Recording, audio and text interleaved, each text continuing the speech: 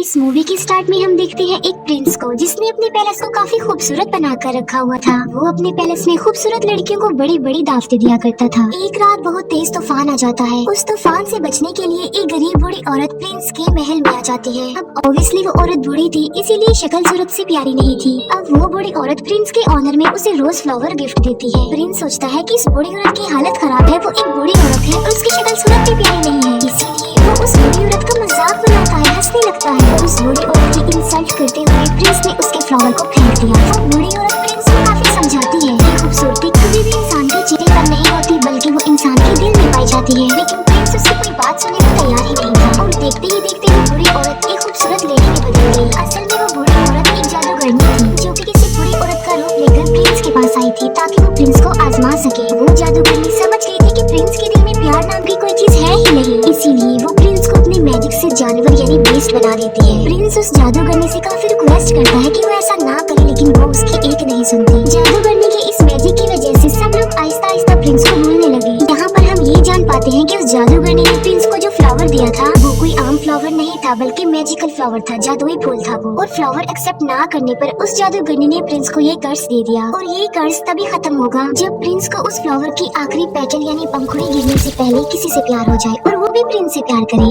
लेकिन आखिरी पंखुड़ी गिरने से पहले अगर प्रिंस से किसी ने प्यार ना किया तो प्रिंस कभी भी इंसान नहीं बन सकेगा दोबारा, बल्कि बेस्ट ही रहेगा वो हमेशा। काफी साल गुजर जाते हैं लेकिन उस पैलेस में कोई भी नहीं आता। फिर हमें पैलेस के करीब ही एक गाँव में एक लड़की दिखाई जाती है जिसका नाम होता है बेल। बेल को किताबें पढ़ने, स्टोरीज पढ़ने का काफी शौक था। बेल के फादर एक डिजाइनर होते हैं। उसी गाँव में एक और लड़का भी रहता है जिसका नाम होता है गैस्टोन। गैस्टोन जो कि बेल से शादी करना चाहता था, लेकिन बेल उससे शादी करना नहीं चाहती थी क्योंकि वो एक प्राउड इंसान था। गैस्टोन बेल से शादी करने के लिए उसे अपना बनाने के लिए काफी स्ट्रगल भी किया करता था, लेकिन उसकी कोशिशें नाकाम ही रहती हैं। एक दिन बेल के फादर को कहीं पर जाना था। जिस रास्ते से उन्होंने जाना था वो एक जंगल था। बेल के फादर देखते हैं कि उनके रास्ते में तो आग लगी हुई है, लेकिन वहाँ पर एक और रास्ता भी था जहाँ पर वो मुड़ जाते हैं। बेल के फादर अपने घोड़े पर सवार होते हैं, लेकिन तभी उन्हें जंगल से भेड़ियों की आवाज सुनाई देती है और फिर वही भेड़िए उनका पीछा करने लगते हैं। बेल के फादर अपनी जान बचाने के लिए वहाँ से भागते हैं और भागते भागते वो आ जाते हैं बीस्ट के पैलेस के पास। बेल के फादर जब अंदर जाते हैं तब उन्हें वहाँ पर कोई भी दिखाई नहीं देता। हालांकि ऐसा लग रहा था कि पैलेस में कोई रहता है। कैंडल्स भी जल रही थी और टेबल पर खाना भी पड़ा हुआ था। इतना अच्छा खाना देखकर बेल के फादर खाना खाने लगते हैं, लेकिन हम एक बहुत हैरान कर देने वाली चीज देखते हैं। वहाँ पर जो कप पड़ा होता है वो बेल के फादर से बात भी करने लगता है। बेल के फादर समझते हैं कि ये कोई सॉल है जो उन्हें डराने की कोशिश कर रही है, इसीलिए बेल के फादर उसे कहते हैं कि मैं तुमसे नहीं डरता। ये कहकर बेल के फादर वहाँ से भाग जाते हैं। अब यहाँ पर सवाल ये उठता है कि वो कब कैसे बोल पाया। असल में बात ये है कि वहाँ पर यानी पैलेस में जितनी भी चीजें पड़ी हुई थी वो पहले इंसान हुआ करते थे, लेकिन जादूगरनी के कर्ज की वजह से वो सब चीजों में बदल गई। बेल के फादर भागते हुए गार्डन में आ जाते हैं। वो देखते हैं कि वहाँ पर बहुत प्यारे प्यारे फ्लावर लगे हुए हैं। बेल के फादर सोचते हैं कि मेरी बेटी बेल ने अपने लिए फ्लावर मंगवाया था, इसीलिए वहाँ से वो एक फूल तोड़ लेते हैं और तभी वहाँ पर बीस्ट आ जाता है। फ्लावर चोरी करने की पनिशमेंट देने के लिए बीस्ट उन्हें प्रिजनर बना लेता है, लेकिन बेल के फादर का घोड़ा वहाँ से भाग जाता है और वो सीधा अपने घर आता है बेल के पास। बेल जब देखती है कि घोड़ा अकेला आया है, उसके फादर नहीं आए, तो वो फौरन समझ जाती है कि उसके फादर किसी मुसीबत में फंस गए हैं। इसीलिए बेल अपने फादर को ढूंढने के लिए उस घोड़े पर बैठ जाती है। वो घोड़ा बेल को ले आता है पैलेस में और पैलेस में ही बेल के फादर को प्रिजनर बनाकर रखा हुआ था। बेल जब पैलेस के अंदर जाती है तब उसे वहाँ पर कोई भी दिखाई नहीं देता। बेल वहाँ पर काफी आवाजें भी लगाती है, लेकिन उसे आगे से कोई भी रिस्पॉन्स नहीं मिलता।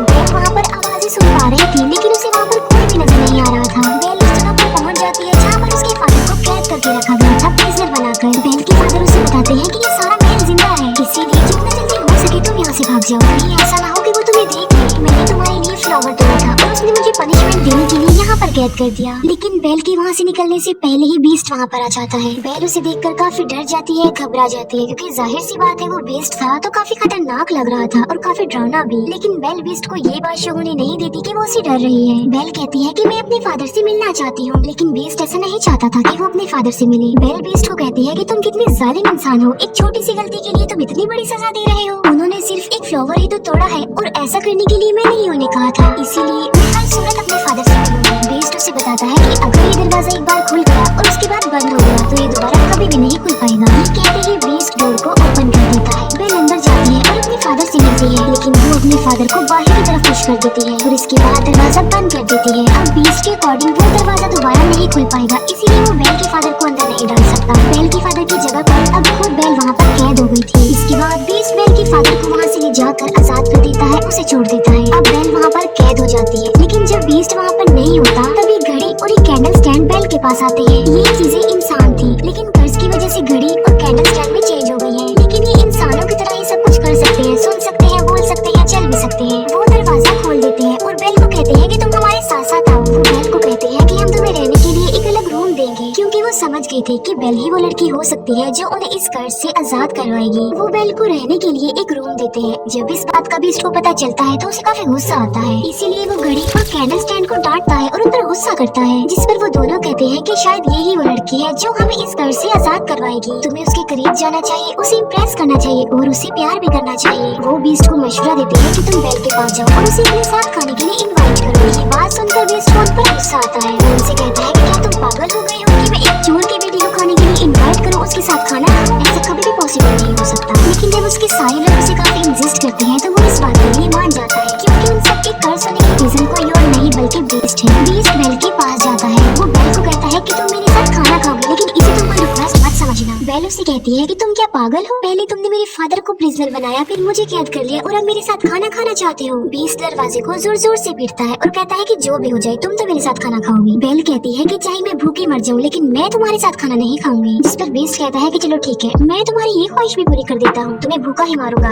अब तुम्हें कोई भी खाना नहीं देगा और तुम भूखी ही मरोगी। बेल फिर भी दरवाजा नहीं खोलती और वो वहाँ से चला जाता है। जिस अंदाज से बेल ने बीस्ट को जवाब दिया था, उसे देखकर वहाँ सभी कर्ज चीजें लाइक कैंडल स्टैंड, घड़ी, पेचकस, उन सबको ये कंफर्म हो जाता है कि बेल ही वो लड़की है जो उन्हें कर्ज से निजात दिलाएगी। फिर हम देखते हैं बीस्ट को जो कि उसी रोज फ्लावर के पास जाता है। बीस्ट देखता है कि उस फ्लावर की बहुत सारी पंखुड़ियां गिरकर टूट गई हैं। ये वही रोज फ्लावर था जिसके खत्म होने के बाद बीस्ट हमेशा के लिए जानवर ही रहेगा और पैलेस की जितनी भी कर्ज चीजें हैं वो सारी ऐसे ही रहेंगी, हमेशा के लिए भी जान बन जाएंगी। फ्लावर पर बहुत ही थोड़ी पंखुड़ियां रह गई है और वो भी बहुत जल्द गिर जाएंगी। फिर हम देखते हैं बेल के फादर को जो कि वापस अपने गांव में आ चुके थे। वो सब लोगों को बता रहे होते हैं कि मेरी बेटी की जान खतरे में है। जंगल के पास एक पैलेस है और वहाँ पर एक बीस्ट रहता है और वहीं पर मेरी बेटी फंस गई है। लेकिन कोई भी उनकी इस बात पर बिलीव करने को तैयार नहीं था, बल्कि वो सिर्फ इस बात को कहानी ही समझ रहे थे।